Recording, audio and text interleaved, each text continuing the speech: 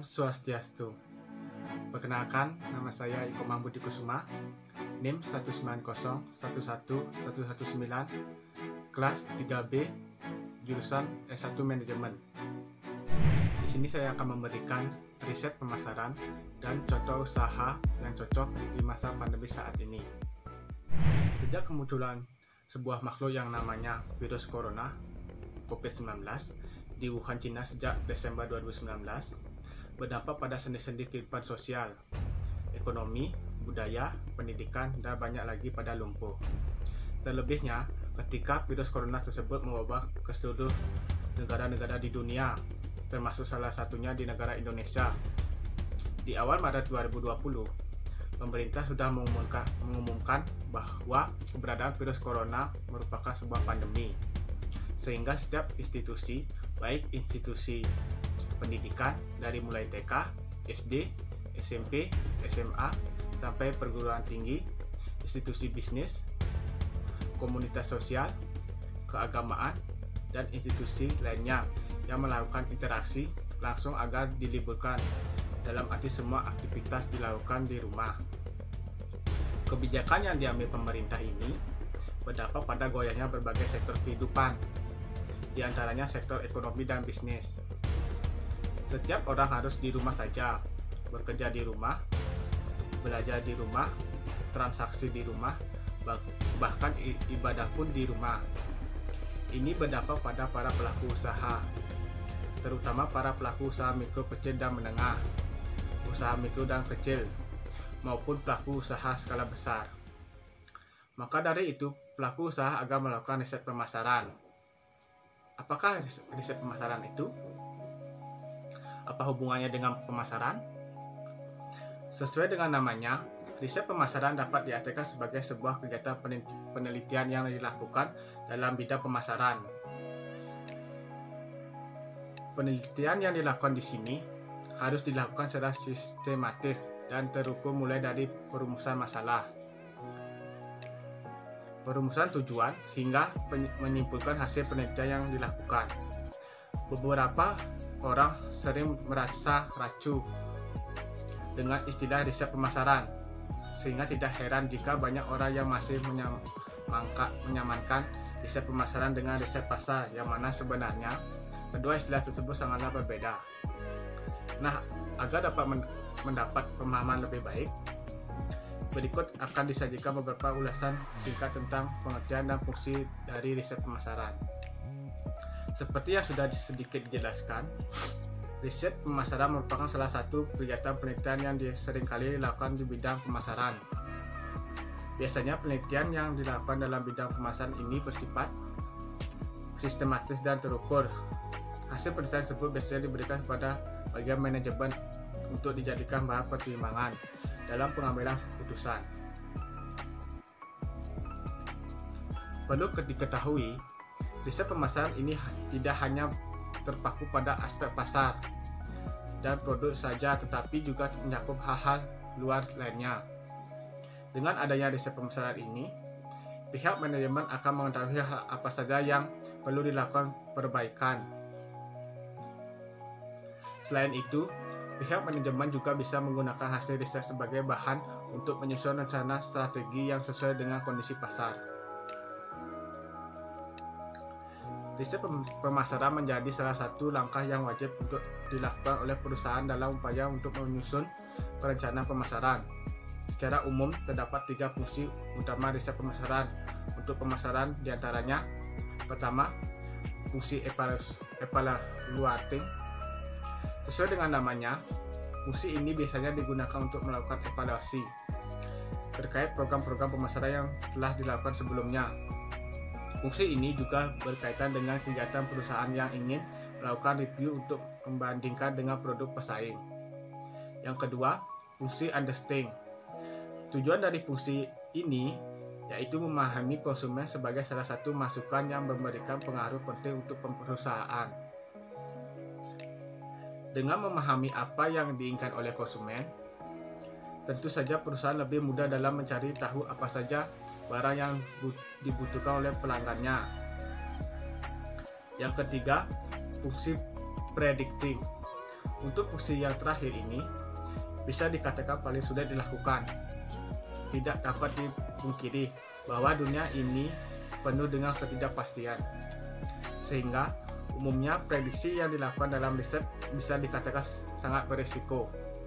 Hal ini disebut karena sifat dari hasilnya yang sangat relatif. Demikian tadi beberapa informasi singkat tentang pengertian, fungsi, dan juga proses riset pemasaran. Setelah mengetahui ulasan tersebut, diharapkan Anda bisa melakukan riset pemasaran yang benar sesuai dengan tahapan-tahapan yang ditetapkan.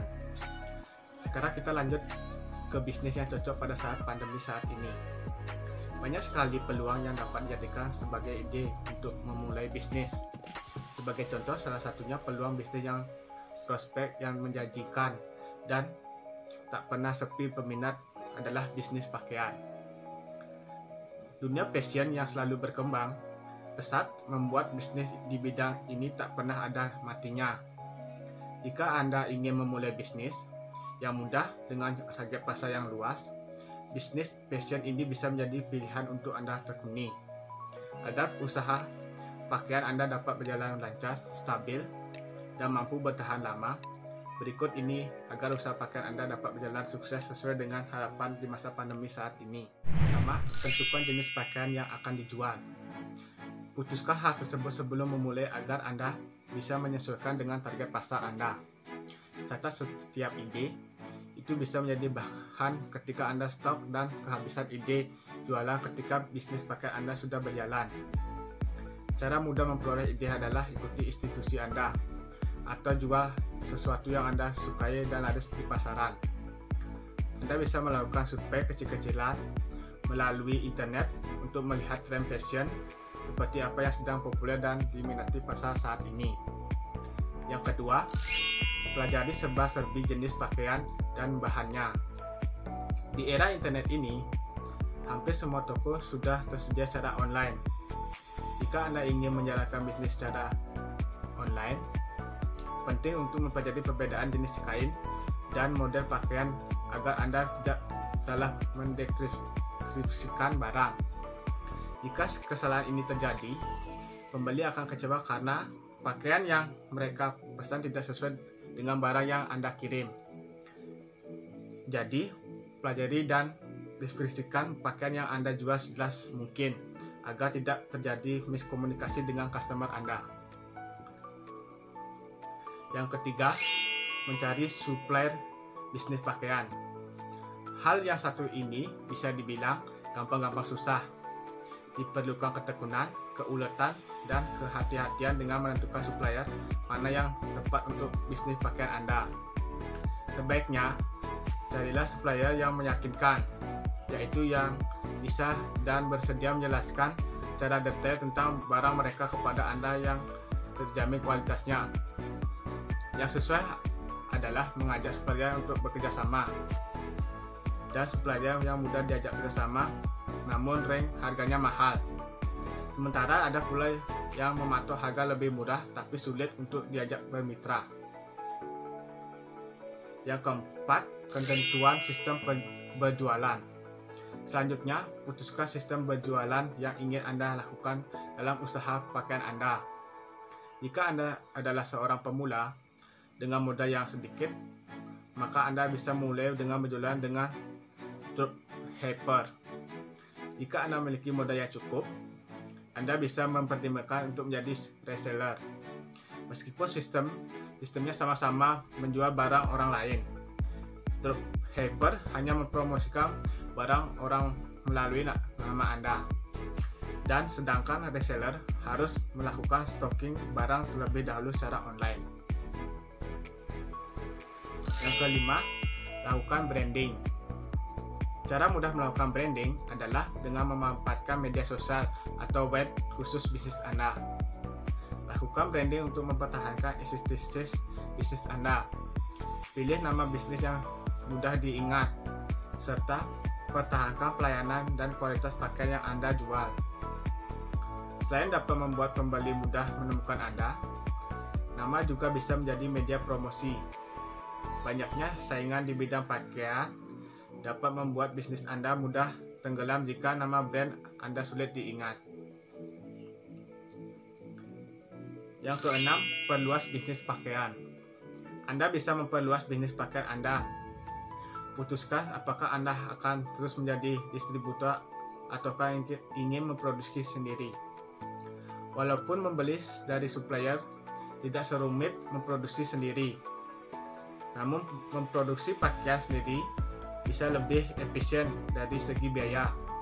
Jadi, analisis kelebihan dan kekurangan dari masing-masing opsi, lalu tentukan pilihan Anda. Yang ketujuh, lipat gandakan keuntungan. Jika sebelumnya Anda pernah menjadi dropshipper atau reseller untuk orang lain, di tahap ini waktunya Anda membuka peluang usaha tersebut. Anda bisa melipat gandakan keuntungan Anda dengan membuka peluang dengan cara memanfaatkan online shop. Pemerintah sudah mengambil kebijakan untuk PSBB, pembatasan sosial berskala besar. Hal tersebut tentunya membuat toko harus tutup sementara.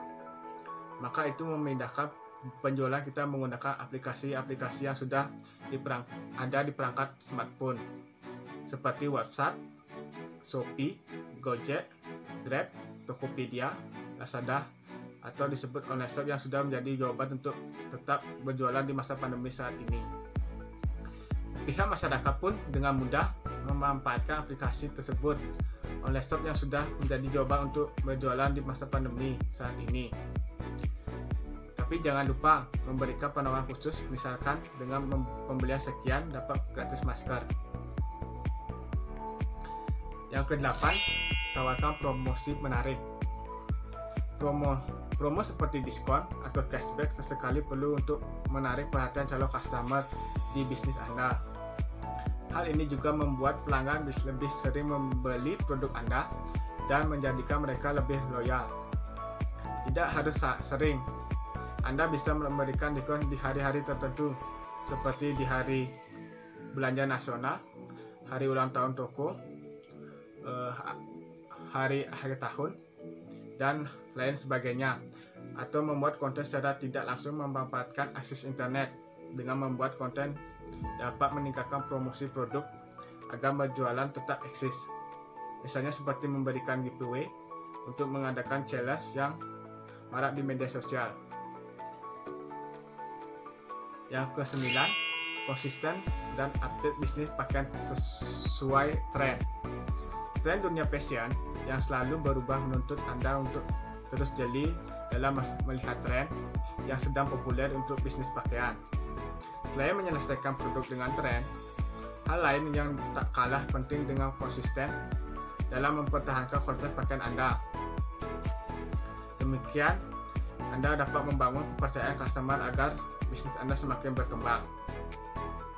Jika pandemi COVID-19 sudah berakhir, maka strategi ini tetap dapat dilakukan, bahkan harus ditingkatkan melalui inovasi teknologi. Hal itu dapat kita lihat bagi masyarakat. Tren yang terjadi setiap hari bergelut dengan kesibukan dari pagi sampai dengan malam. Hal yang dapat mungkin untuk mengantri di bank, untuk transaksi, mengantri di supermarket belanja, kebutuhan sehari-hari, mengantri membeli obat di apotek, dan banyak lagi. Bagi pihak pelaku usaha, bahwa tingkat persaingan semakin meningkat dan ketat, maka perlu adanya inovasi pelayanan yang prima melalui pemanfaatan teknologi tersebut. Nah, itulah contoh yang cocok saya berikan pada di masa pandemi saat ini. Dan banyak lagi contoh yang lainnya. Semoga video ini bermanfaat untuk kita semua. Sekian dan terima kasih. Om Santi Santi Santi Om.